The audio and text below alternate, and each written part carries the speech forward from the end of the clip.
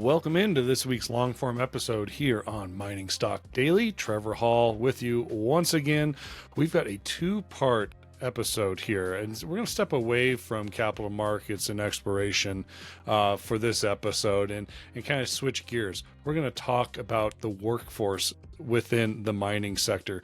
We brought in two women from Brooks and Nelson, which is a highly regarded recruiting agency focused on the mining sector, and we kind of break down on where the gaps are and really what the solutions are to bring in a crucial workforce in the decades to come for this sector. So it's a really important conversation regarding the longevity of that human capital within the sector. And then we switch gears into the nuclear energy sector. If you haven't subscribed to the Going Nuclear podcast, which Justin Huhn and myself host quite frequently, please go and hit that subscribe button on the Going Nuclear podcast, because this latest episode was with Royce small modular reactors. And I'm going to air part of that interview. It's going to be a shorter segment, and so you can get the entire interview over at that podcast, the Going Nuclear podcast. But I did want to share a short segment of that conversation here, because I think it's just an absolutely fascinating technology and engineering feat of engineering that they're doing there in the UK. And so it's really proud to get Rolls-Royce onto the podcast. Special thank you to Western Copper and Gold, Fireweed Metals, and Arizona Sonoran Copper for their continued support of the podcast. And like I said, a little bit of a shift from regular scheduled programming in these segments. So enjoy, have a great weekend, be well.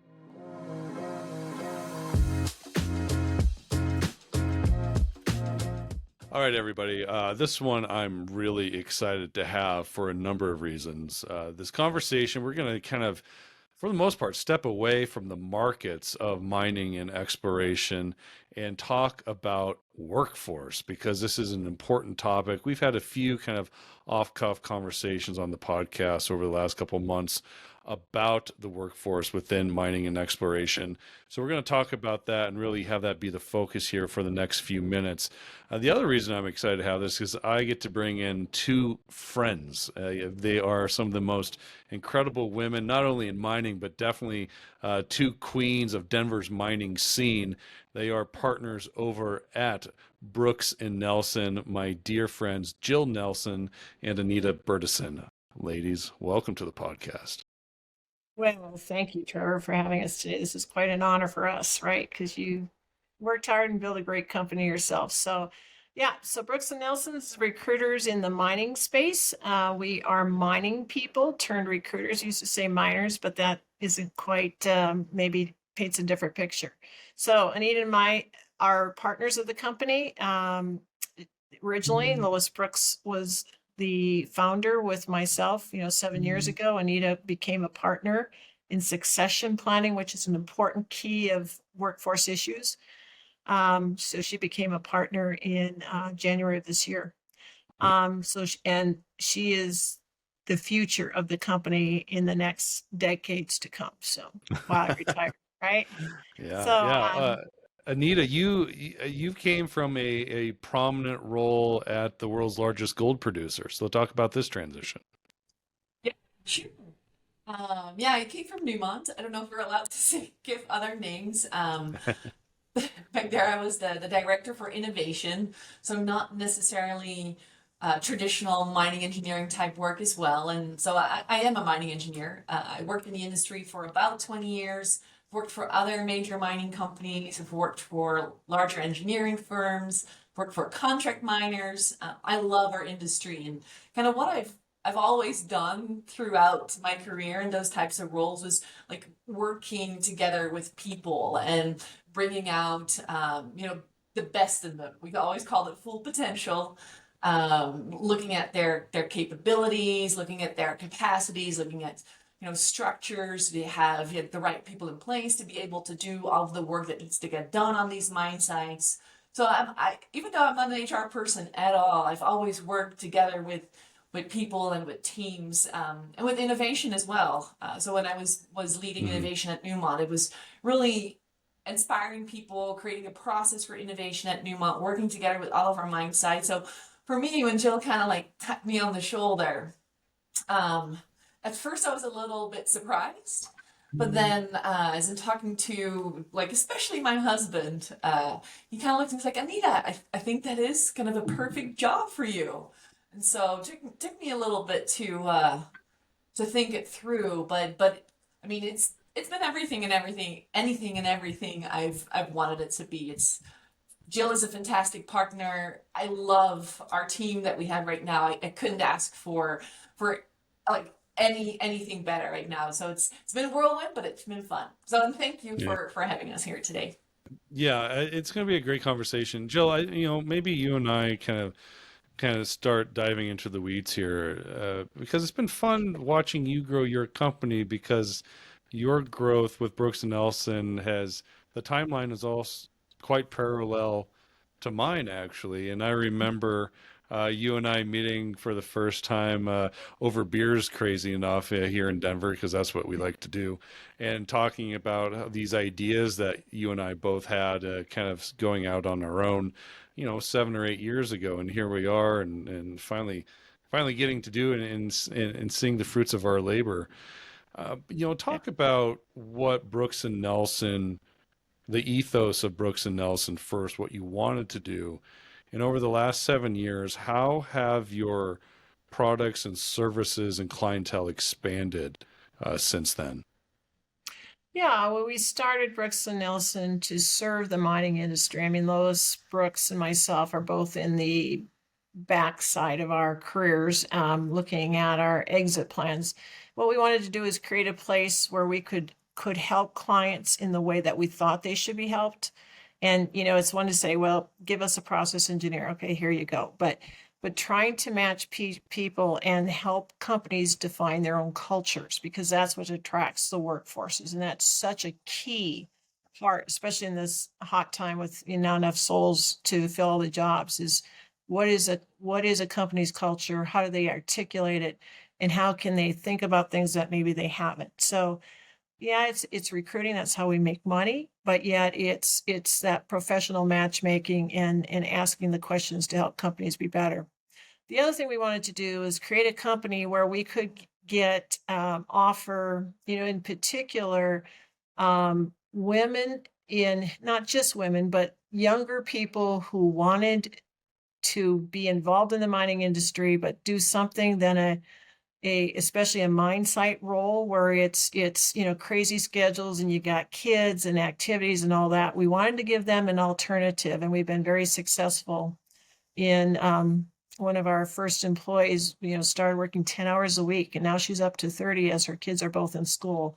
So we wanted to be able to do things for our employees as well as our clients. So it's kind of a win-win sort of situation. It's Yeah. worked Uh, well. talk about your clientele. How has that expanded? um, Crazy growth in the last few years, and we're riding the wave of a very very high demands for workforce. So that has timing did well. We started in a downturn and rode through that and did that. Our sweet spot is probably the developing companies, the people that are, although we do any and all, our sweet spot is really those taking from an exploration project, getting into that development stage where they're making a transition. And that goes from the board level, or they maybe have, a different mindset in their board, all the way to their executive teams into actually developing mines and building those staffs and those crews there. So, but we work what we say up, down, and around in the industry. We also work with some of the service providers and consulting things. We really don't venture out much, a little bit, but outside of something that services and promotes mining. Yeah. Anita, coming from a major producer in a previous role, and maybe this is wrong of me to think, but my idea is that big producers typically do not see challenges with as much challenges with workforce and recruiting people, because a lot of recent graduates with engineering degrees or whatever decide they want to go into mining, immediately think of those big companies that would be a likely first step to get their feet wet as professionals. Maybe that's wrong of me to consider. Maybe that's correct. But the reason I say that is because I wanted to ask you, coming from a major producer, what about mining's workforce maybe surprised you the most to learn as you made this transition from company to recruiter? That's a good question. So I've definitely hired many people kind of throughout my career, and probably just thinking back through, I was process superintendent at Cripple Creek and Victor for about 10 months, and that was during COVID. So we were very understaffed. A lot of people had been leaving. At 65% of like normal workforce of mechanics and electricians that we needed out there. And so one of my tasks as being that superintendent was also to make sure we have enough staff and so recruit people into the departments. And you wouldn't believe like how hard that is. We were losing people kind of as fast as we could hire them. And honestly, like we couldn't hire them. It was really, really hard. And so we went to like colleges, we went to trade schools, but we even would go to and market like butcher shops, just hiring somebody with no skills at all and coming up with a training program to train them. We had like 4 different levels. It would take them about 3 years. You had journeymen joining electricians. And so I think even for larger companies, it is extremely hard. And yes, they have the name. So like graduates will definitely lean towards going to these companies, and larger companies are absolutely a wonderful place to start your career and really like learn all of your skills and capabilities just really well. And at a certain point in time, the pyramid of organizational structure will get tighter. And so growing in a larger company and then making a step to like a smaller junior mid-tier mining company is really very, very attractive. So I don't think it matters quite that much, a larger company versus smaller company. Mm. Okay. Well, let's dive into the crux of the matter here. And this is not an issue that, is strange to most of the mining workforce we currently have. This has been an issue for a number of years here. And I was just pulling up some data, and unfortunately, it's a couple years old, so maybe you have some more timely numbers. But about 5 years ago, there was projection by the year 2029, more than half of the current workforce will be retired and replaced, creating a skill and knowledge gap in the mining industry. There's probably a need of maybe 50,000 workers currently. I don't know if that's a number that you have in your books in the back of your mind, but let's talk about that gap. Why? I guess how did we get here? I guess that's the first question. How did we get to this skills and knowledge gap in the mining sector? So I've been in recruiting. I left, similar project management and engineering sort of roles, 15 years ago. And I have heard this situation, the great storm coming for the last 15 years, some version of it. We're very consistent. The numbers ebb and flow. They're getting perhaps a little larger, but it's, this great storm has been on us for a long time. And it's not just mining, it's all parts. I mean, we all know, we all go into a restaurant and can't get good service these days, right? Because they're short staffed. And so, that dichotomy is here. And what I think is it's a given. So if that's a given, how do we work around it, versus trying to solve it with finding people that's part of it, but how do we work and doing intentional succession? This is the deal. There's 20 years of experience between Anita and myself. And so, but she's brought in the partner and high potential. So she has the ability, just using an example here, what needs to be done is that knowledge transfer is, we have intentional meetings and then we have the day-to-day things there, because I will exit this industry in the next 2 or 3 years Brooks Nelson will be fine.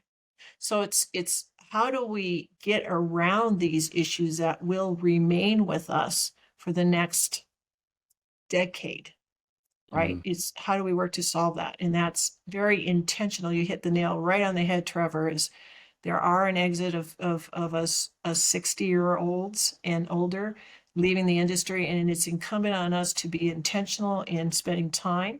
And the obligation is, Anita and her generation too have to suck it up quicker, faster, smarter, better, and having surrounding yourself with mentors and coaches. So didn't really answer your question because I think that's just a given fact, but what do we do to work around that is where my energies are going. Well, but let's talk about the next generation of workforce. Where does it begin? Because we have a dwindling number of accredited universities with mining degrees. I mean, I know, Jill, you are a fine alumni of the South Dakota School of Mines. Anita, I don't know where you went to school, to be honest with you. And we are a vicinity, we are. Okay, Colorado School of Mines, and we're situated right in that breadbasket as well. But and I think what I saw is there maybe 10 accredited schools now, down from was there maybe 30 schools 50 years ago or something more than that. I mean, this is kind of been a death of a thousand cuts over the years, it seems like. But what are the implications of these accreditations being really cut to the bone over the last few decades? Anita, you want to take that one? Or? Sure, I can talk a little bit about that. So I graduated back in the early 2000s, 2004. And that was when kind of the industry was just starting to rise again, but there had been a long kind of downturn. And so very, very few students, I can't remember the numbers exactly. But as a matter of fact, actually, since I graduated, those numbers of students have actually gone up and have been pretty stable, I'd say the last 8 years or so. So I think it's, and yes, the universities, they need to keep growing, and because the industry needs still a lot more people. But I think at the same time, there's more work out there, and we see that because economy is growing, there's more people going into, China, India, out of that poverty cycle. We need more resources. People need more, I don't want to say luxury, but they need more basics like cars and cell phones and all the stuff we need mining for. And so that's growing just exponentially. There's just more jobs out there. And it's hard to fill all of those. So I think one of the keys, as Jill was saying, to her point, it's faster, quicker, smarter. So how can we do more with less people, and how do we get that knowledge transfer over just really quickly? Because there's not a lot of time before a lot of people will retire out. Is there positions out there in the mining industry that you see the most demand for right now? Oh yeah. What would Ones that that be? we want to take on. A lot of the very technical, like hydrogeologist, tailings, anything around touching the tailings. There's not enough process engineers, and that gets to your question there. But there's certain roles there, but I also think is we have it's hard, and we rely on the big companies to be the feeding system for the mining industry. As Do they Anita know mentioned. that? Do they realize that? Yeah, I think they do. I Okay. honestly think they do. They probably tried to ignore it, but here's the deal: is so you've got a handful of mining schools, and they pump out mining engineers, but they pump out geologists and civil engineers and mechanical engineers and all these electrical engineers. And as our mining world gets more technical, like the rest of the world, and uses these more scientific tools, the mining engineer will always have its place, but it's not the driver. A mechanical engineer or a civil engineer, and I just had breakfast this morning with South Dakota School of Mines, and they said their mechanical engineering department, they have so many kids going into that program that they can't service them all, that they've got to take some of those students and put them into these lesser known programs for everybody wants to fix their cars or is fascinated by how things work, so they go into mechanical engineering. So for us, it's taking these people into the industry and the bigger companies. Caterpillar is a champion at taking different backgrounds and making them people that can work very efficiently in mining. And I think what's also cool is some of these colleges are coming out with really good programs. CSM, and I'm a South Dakota fan, so I think they trump. Quietly, they're trumping it in putting in professional development programs that you can do at home at night, video, and learn about mining without having the full on degree. But you can become very, very well versed if you're a mechanical engineer or even, community relations people. You can understand what mining's about without having to have the 4-year nice little degree on the wall, right? And I believe our world will we have to tap into these, the Caterpillars, the Newmonts will always be there, but other people need to start relying, the resources are there, and think outside the box. And where do, we talked about these major companies kind of being the source for recruitment into other places, but what we haven't talked about is really the sense of where people gain the want to go into exploration. This podcast focuses a lot on exploration, making discoveries, building, developing, hopefully one day, new mines. Talk about what you see from that type of workforce. What kind of person it says, I want to go in and make discoveries and work in the bush for 3 months out of the year and just really do all the rock licking I can. Talk about that type of person and where they're coming from. Happy to do so, because I'm married to one of those rock lickers, right? So, and what I love about him is he is also one that is training that next generation of rock lickers, right? But what's really cool is, so, those are the people with a natural curiosity. They've got a scientific mind, but they love the great outdoors. They want to see the world and conquer the world and add value to the creation. And what's really cool is there's more and more. I mean, lots of colleges have geologists coming out, right? So how do we get them into our industry?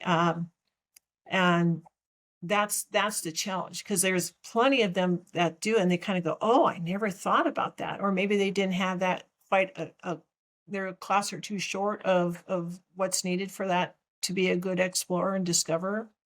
But those people will always be the generator of new mines and new deposits. And it's there, it's undercover now. It's not so much at surface like it used to be. There's still a good amount of opportunity for those, especially with critical minerals coming in as well too. That tends to bring them in. Yeah, that's a good leadway. And Anita, I'll turn it to you. What are you seeing as far as, we've talked a lot about this supply and demand of critical materials for the energy transition, if we want to go into that. And I'm just curious, has that had any implications for new people interested in mining, because they see this transition as an opportunity to be of value for themselves to bring into the industry? But really, like, have we even come close to closing that gap of human capital that would be needed to reach to supply that demand, decades down the road? Yeah, so this is my personal opinion, right? I don't think yet. I don't think in the United States or even Canada or the rest of the world, kind of the general population understands the importance of mining and mining those critical minerals, mining lithium or mining alternative energy resources. They haven't made that link yet, and there's still a very big kind of feeling of not in my backyard. And so what we're seeing still in the United States, it's takes 10, 15 years to permit a mine because there's so much opposition. And so, oh, but we've got all of these alliance countries. We can go to Chile, we can go to Canada, why not mine it there? Hmm. Even though we've started to talk about it, in my opinion, and what I've seen, I haven't seen a whole lot of uptake of people from outside the industry saying, hey, I should pursue a career in mining because it's going to give my children, it's going to give, my descendants a better future. I don't think we've seen that yet. Jill, what do you think? I could get on a soapbox here.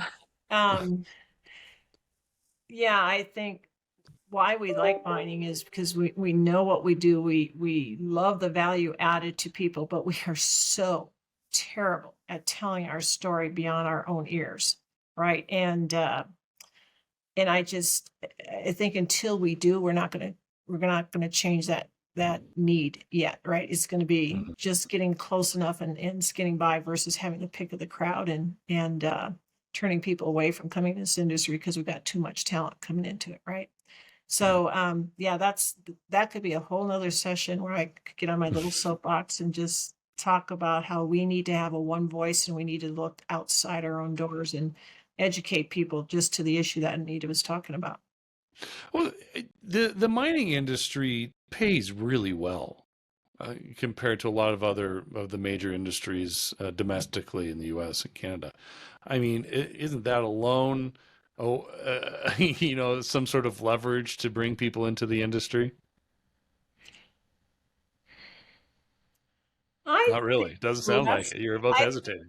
lesser so now than it used to be, and I don't Okay. think that mining pays as well as some of the other industries. I mean, we used to be, but it's hard to get people to convert from oil and gas, and I think that's a big mindset. Even though oil and gas has a very, you Hmm. know, people are questioning the longevity of that profession in the States, particularly.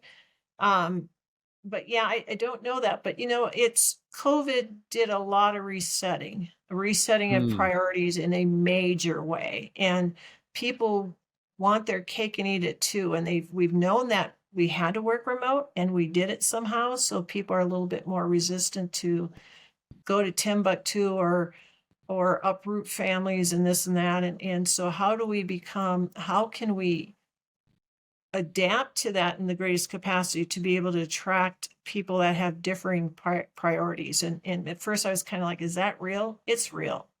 It Hmm. really is real. We've got the great post reset from COVID.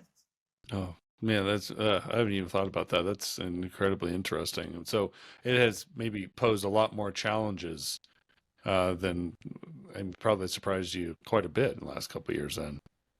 Yeah.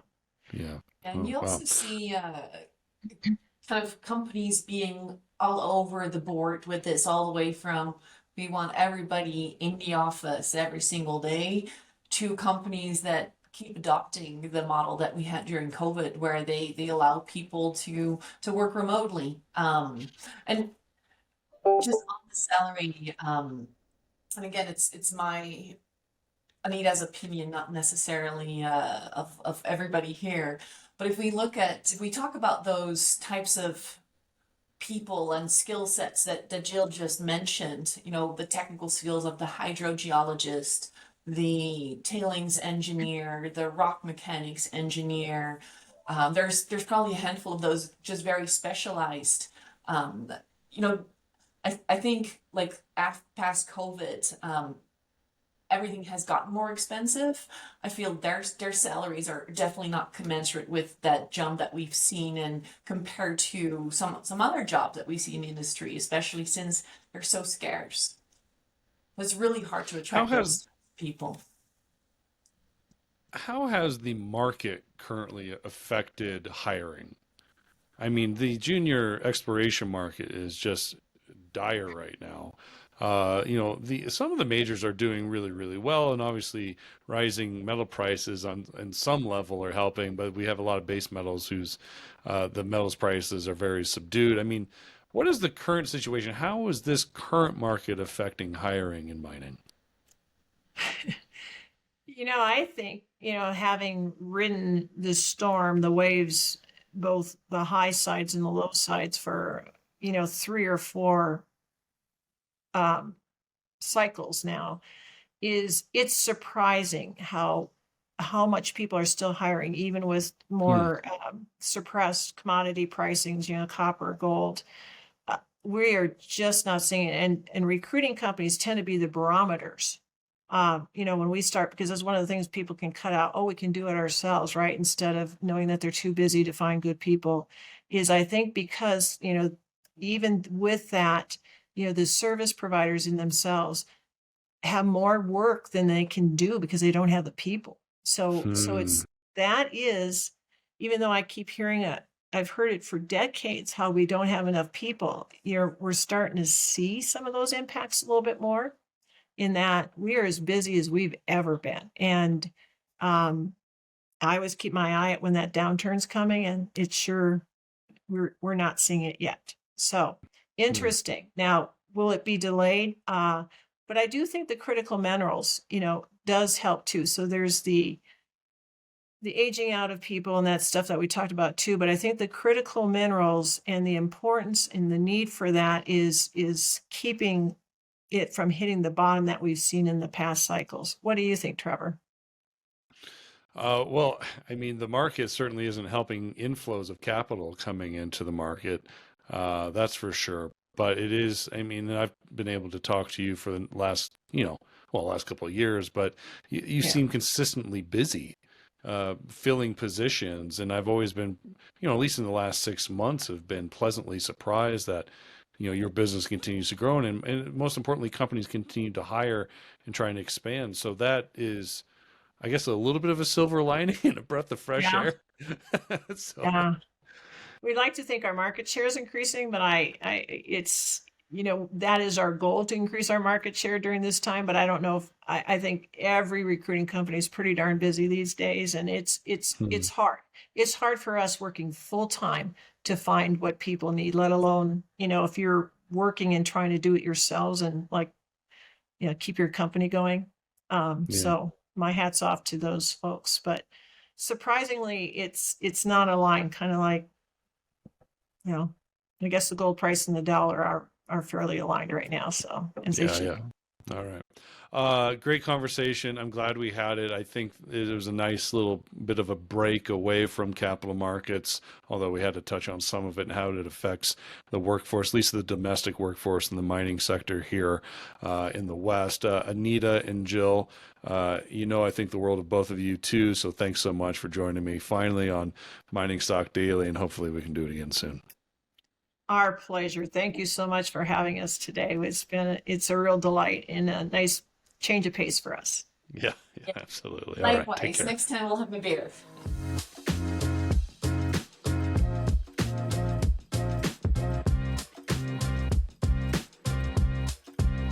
Well, welcome back to another episode of Going Nuclear with myself, Trevor Hall, and uranium insider, Mr. Justin Huhn. Justin, welcome back. It's good to see you.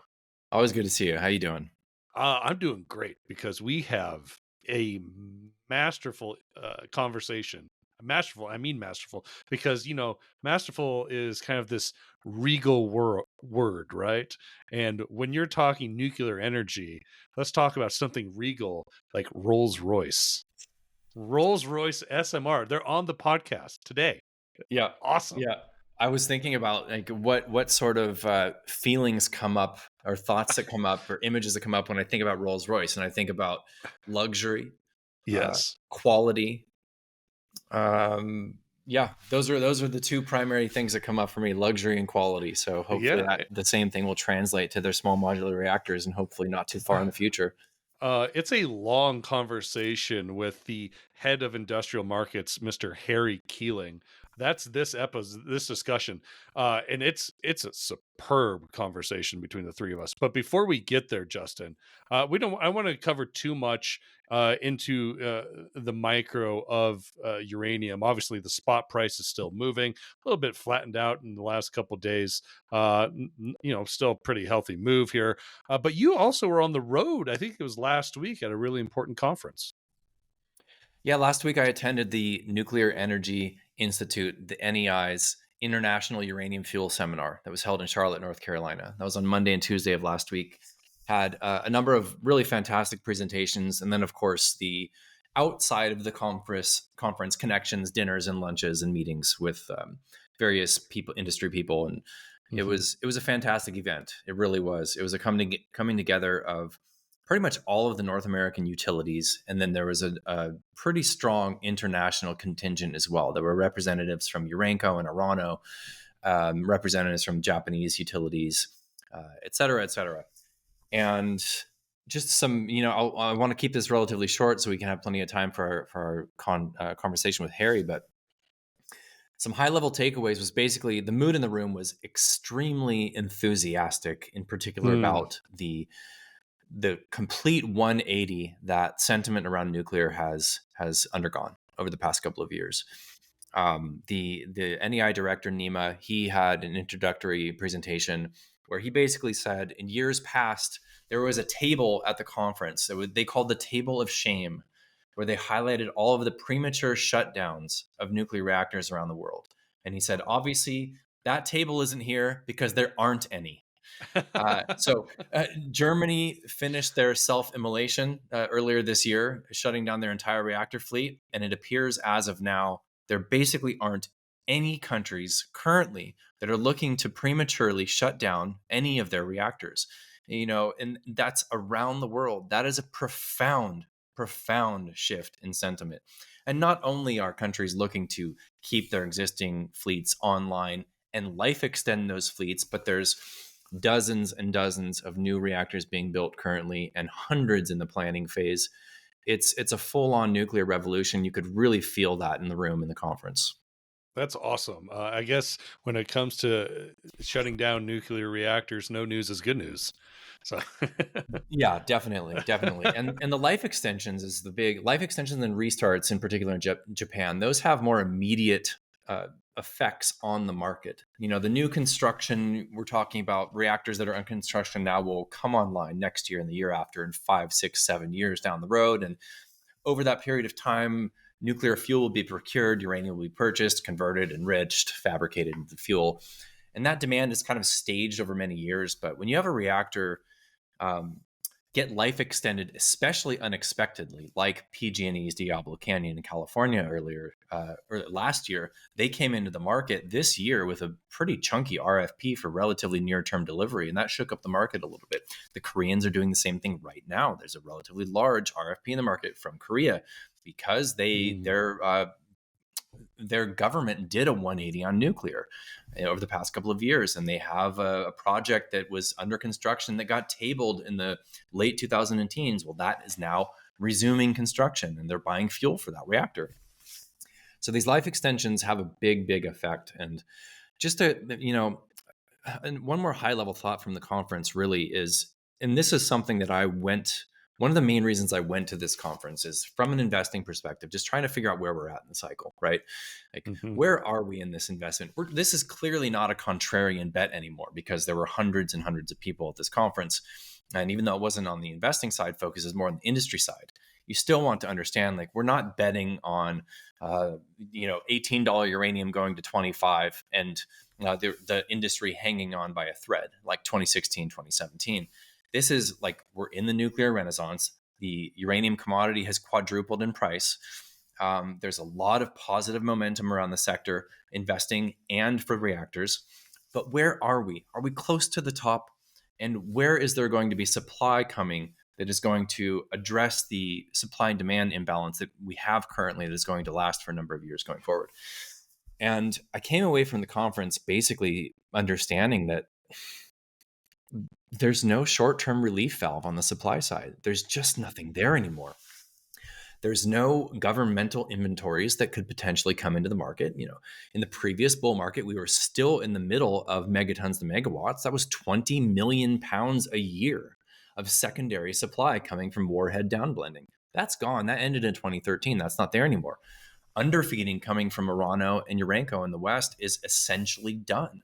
That was 10 to 15 million pounds a year. That's not there any longer. The only stories about increasing production, the biggest story is coming from Kazatomprom, which is they're claiming that they're going to increase to 100% of their subsoil use agreements, which is 30.5 to 31,500 tons per year starting in 2025. So basically, in less than 24 months, they are trying to expand production by 45%. It's not going to happen. And then we don't have the time to go into the details and the weeds on that. I've shared that in depth with our membership, of course, but there's a lot of skepticism about whether or not they'll reach that production goal. And either way, this was a huge theme of the conference. The Russians and the Chinese mean business. They are consuming uranium, and they are going to be increasing the amount of uranium that they are purchasing and acquiring from Central Asia, Eastern Europe, over the next decade or two. So more pounds out of Kazakhstan, Uzbekistan, they are going to stay in the East. And the Western market is the largest market in terms of nuclear capacity and therefore uranium demand. So I left that conference thinking, oh man, we're going way, way higher. And, and utilities, and this is one more point, my last point, utilities cannot have a reactor that doesn't have fuel. It doesn't matter the price. And yes, the price does affect their bottom line, of course. But the overall operating budget of the reactor, only 15% of that is fuel, and only about 25% of that 15%. So 3, 4, 5% of the overall operating budget is uranium purchasing. So it can go from $74 a pound, where it is now, to $150 a pound. They're going to buy it if they need it. They buy when they need to buy. It's not their incentive to time the market. Because they're not trying to make a profit off of it, buy low, sell high. They buy it when they need to buy. So there's not a whole lot of overhead supply here that's going to keep the price down, and we're headed way, way higher. Well, if Rolls-Royce small modular reactors are successful in their 25-year plan here, that demand is only going to increase, and you're going to learn more about what that plan is for the next 25 years through this discussion with Harry. Justin, let's jump over to this because it's a really important conversation. It's a long one. Any feedback by our listeners, please send it our way, and we'll be sure to pass that along to Rolls-Royce SMR. So, Justin, let's jump into that conversation. Let's do it.